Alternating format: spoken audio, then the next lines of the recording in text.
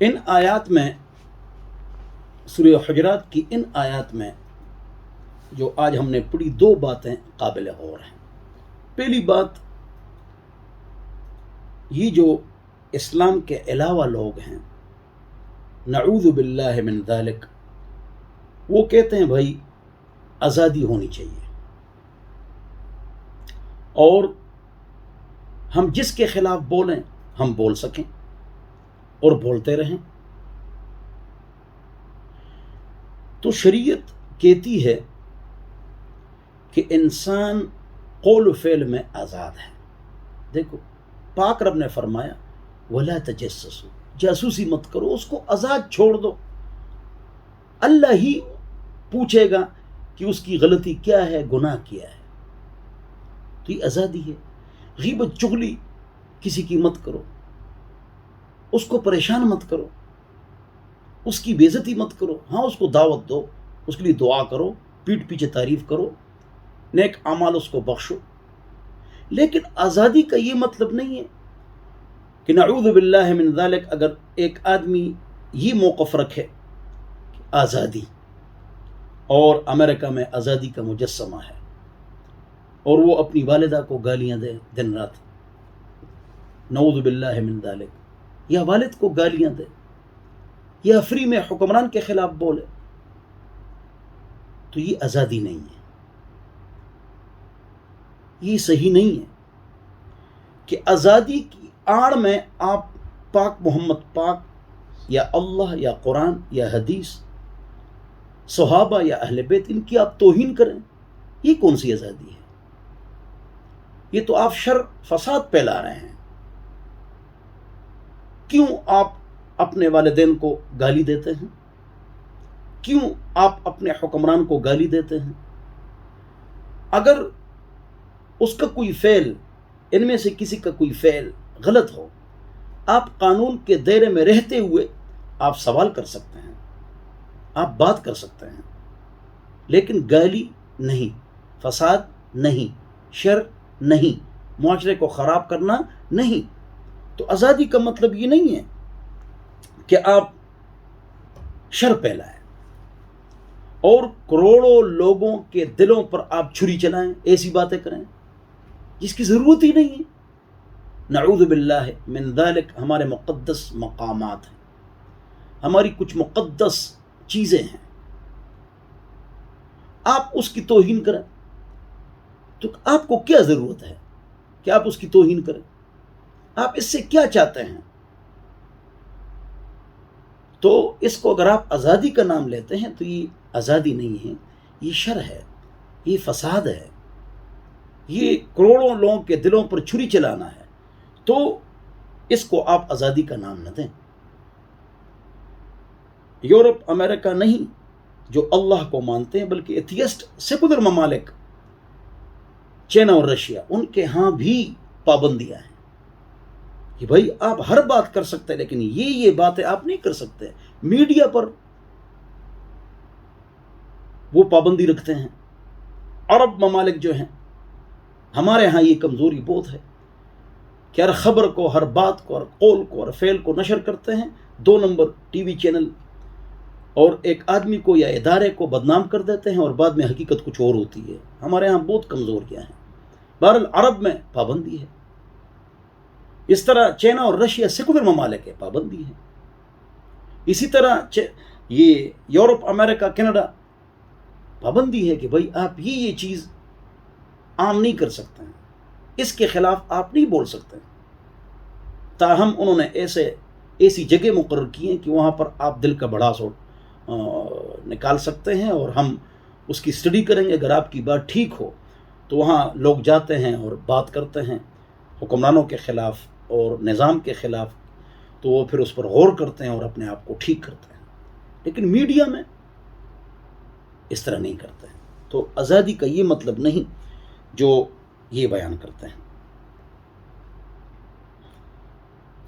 اگلی بات جو بہت ضروری ہے وہ یہ ہے کہ اللہ رب العزت نے یہ بات ارشاد فرمائی کہ مختلف جو قومیں ہیں، قبائل ہیں، یہ تعارف اور انٹروڈکشن کے لیے ہیں۔ یہ بات بالکل 103% غلط ہے کہ فلانی قوم راجپوت، ملک، ارائیں، بٹ، پٹھان، بلوچ، فلانے فلانے لسانی الگ الگ زبانیں ہیں، الگ الگ قومیں ہیں. پاک رب فرماتے ہیں لتعارفوا. یہ انٹروڈکشن اور تعارف کے لیے کہ یہ ملک ہے، یہ چودھری ہے، یہ راجہ ہے اور یہ بٹ ہے. سبحان اللہ، ٹھیک ہے. لیکن اس میں یہ ڈالنا کہ راجپوت یا پٹھان یا عرب یا عجم میں فلانے علاقے یا فلانی قومیں اونچی ہیں اور فلانے لوگ نیچ ہے، کمی ہیں، ذلیل ہیں، بے عزت ہیں، تو یہ بالکل غلط بات ہے. اللہ تعالیٰ نے اس حوالے سے میرے ذہن میں ایک بات ڈالی ہے، وہ آپ کو بتاتا ہوں، غور سے سنیں اور اس بات کو عام کریں.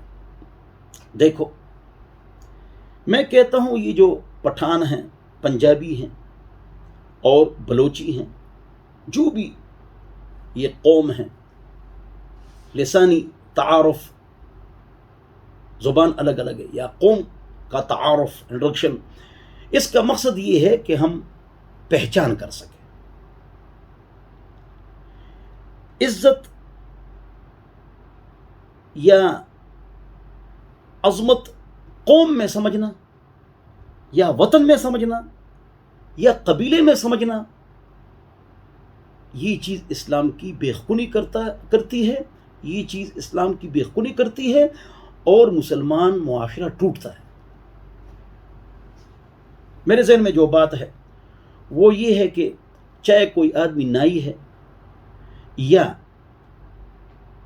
دیگ پکاتا ہے یا بٹ ہے، ارائی ہیں، چلو پٹھان ہیں، بلوچ ہیں، سندھی ہیں، میں کہتا ہوں ہم آپس میں کزن ہیں. ہم آپس میں کیا ہیں؟ کزن ہیں. کیا مطلب؟ ہم آدم علیہ السلام اور حوا علیہ الصلاۃ والسلام، ان کے ہم کیا ہیں؟ اولاد ہیں.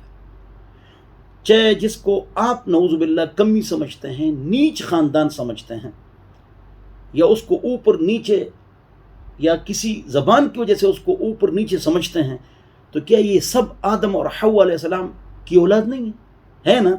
تو ہم سارے کزن ہیں. انہیں ہم سارے، چاہے جو بھی ہماری زبان ہو، چاہے جو بھی ہماری قوم ہو، ہم سب چچزاد بھائی ہیں. آپ کو یا مجھ کو ہزارے والوں نے یا مردان والوں نے یا کراچی والوں نے یا مری والوں نے یا کسی قوم کے لوگوں نے ہم کو تکلیف دے دی. ہم کو کیا دے دی؟ تکلیف دے دی. بس ہزارے والے ایسے ہوتے ہیں، مردان ثوابی والے ایسے ہوتے ہیں، مری والے ایسے ہوتے ہیں، بٹ ایسے ہوتے ہیں، راجپوت ایسے ہوتے ہیں. تو ٹھیک کون ہے؟ جس کو جہاں تکلیف ملی رشتے میں یا کاروبار میں یا دھوکہ کسی آدمی نے دے دیا، اس نے کہا یہ لوگ برے ہیں. جواب یہ ہے کہ ہر قوم، ہر ملک، ہر گاؤں، ہر فرد یہ 5 انگلیوں کی طرح ہے. 5 انگلیاں برابر نہیں تو ہر فرد اور ہر قوم یہ بھی برابر نہیں. ہر قوم میں، ہر فرد میں، ہر معاشرے میں اونچ نیچ، کمی کوتاہی ہے. لہذا ہزارے والے برے ہیں یا مردان ثوابی والے برے ہیں یا مری بٹگرام والے برے ہیں یا کراچی اور بلوچ برے ہیں، یہ بات بالکل 103% غلط ہے. دوسری بات یہ بالکل غلط ہے فلانا خاندانی ہے، فلانا خاندانی نہیں ہے. یہ کتنی غلط بات ہے یار. جو آدمی خاندانی نہیں ہے اس میں اور جو خاندانی ہے اس میں کیا فرق ہے؟ یہ الفاظ بالکل غلط ہے. یہ الفاظ بالکل 103% غلط ہے. دیکھو، جس آدمی نے غلطی کر لی اس کا خاندان نہیں ہے، جس نے گناہ کر لیا اس کا خاندان نہیں ہے. جا کے سب پہنچتے ہیں کس کی طرف؟ نوح علیہ السلام کی طرف. اور آدم علیہ السلام تک پہنچتے ہیں، سارے سب ہم خاندانی ہیں، جتنی دنیا ہے سب خاندانی ہیں، سب آدم اور حوا سے ہیں، اور ہم سب چچزاد بھائی ہیں۔ کسی نے کون سا پیشہ اٹھا لیا، کسی نے کون سا پیشہ اختیار کر لیا، اس کی وجہ سے اس کو ذلیل سمجھنا، بے عزت سمجھنا، یہ ٹھیک نہیں ہے۔ پاک رب نے پاک کلام میں جو جملہ استعمال فرمایا ہے وہ آپ سنیں، ان اکرمکم عند اللہ اتقاکم۔ کون اچھا، کون بہتر، جس کا وطن، قوم، قبیلہ، زبان، علاقہ اچھا ہو؟ نہ، کون؟ اتقاکم، جو اللہ سے زیادہ ڈرتا ہے، متقی ہے، گناہوں سے بچتا ہے، اس کی ذات سے کسی کو تکلیف نہیں مل رہی ہے۔ اب یہ جو جملہ ہے اتقاکم، قوم مسلمان وہ تقوی سے بنتی ہے، اسلام سے، وطن، قوم اس سے نہیں بلکہ اسلام سے اور تقوی سے۔ تو جو آدمی ہے وہ بٹ کا ہے، ارائیں قوم کا ہے، یا راجپوت کا ہے، یا پٹھان ہے، یا سندھی ہے، یا ہندوستانی ہے، یا افغانی ہے، تو اس کی اچھائی اور برائی کی وجہ اتقاکم ہے کہ وہ اللہ سے کتنا ڈرتا ہے۔ جو اللہ سے ڈرے گا وہ کسی کو تکلیف نہیں دے گا، کسی کا حق نہیں کھائے گا، غیبت چغلی نہیں کرے گا، بس وہ اونچا ہے۔ وہ اونچا نہیں جس کی قوم اونچی، یہ آپ نے اس کو اونچا بنایا ہے، کوئی اونچا نہیں ہے۔ اس لیے حضور اکرم صلی اللہ علیہ وسلم نے فرمایا من بطأ به عمله لم يسرع به نسبه، مشکات جلد نمبر 1 صفحہ نمبر 21، کہ جس کا عمل اس کو پیچھے کرے، اللہ اکبر، اس کا نسب اس کو آگے نہیں کر سکتا۔ ابو جہل، ابو لہب دونوں حضور اکرم صلی اللہ علیہ وسلم کے خاندان کے ہیں یا نہیں؟ تو کیا یہ اونچے ہیں؟ نوح علیہ السلام کا بیٹا، نوح علیہ السلام کا بیٹا ہے، لیکن پاک رب کے الفاظ سن لیجئے، انہو لیس من اہلک، یہ آپ کے اہل میں سے نہیں ہے، انہو عمل غیر صالح، اس کا عمل ٹھیک نہیں، اس کے کرتوت ٹھیک نہیں۔ بات کرتوت کی ہے۔ جو اللہ رسول کے جتنا قریب ہے، یعنی قرآن سنت پر عمل کرتا ہے، بس وہ اونچا ہے، بہت اونچا اس کا خاندان ہے، مالدار ہے، عزت دار ہے دنیاوی اعتبار سے، لیکن اس کے کرتوت ٹھیک نہیں ہے، گناہوں میں لت پت ہے، تو وہ نیچے ہے۔ اوپر وہ ہے چاہے اس کا رنگ کالا ہو۔ ایک عجیب نکتہ آپ کو دے رہا ہوں، حضور اکرم صلی اللہ علیہ وسلم نے جب مکہ کو فتح کیا اور تشریف لا رہے ہیں تو گھوڑے یا اونٹ پر سوار ہو سکتے لیکن گدھے پر سوار ہے، بغل، خچر۔ اب سر نیچے ہے، دیکھو میں نے مکہ فتح کیا تو سر اوپر ہو نہ نیچے ہے۔ کس کے ساتھ آ رہے ہیں؟ اللہ اکبر۔ اب بہت سارے صحابہ ہیں، لیکن کعبہ کو صاف کر کے اندر کس کو لے جا رہا ہے؟ کن کن کو اندر لے جا رہا ہے؟ اللہ اکبر۔ اسامہ، سبحان اللہ، اسامہ۔ اوپر اذان کون دے رہا ہے؟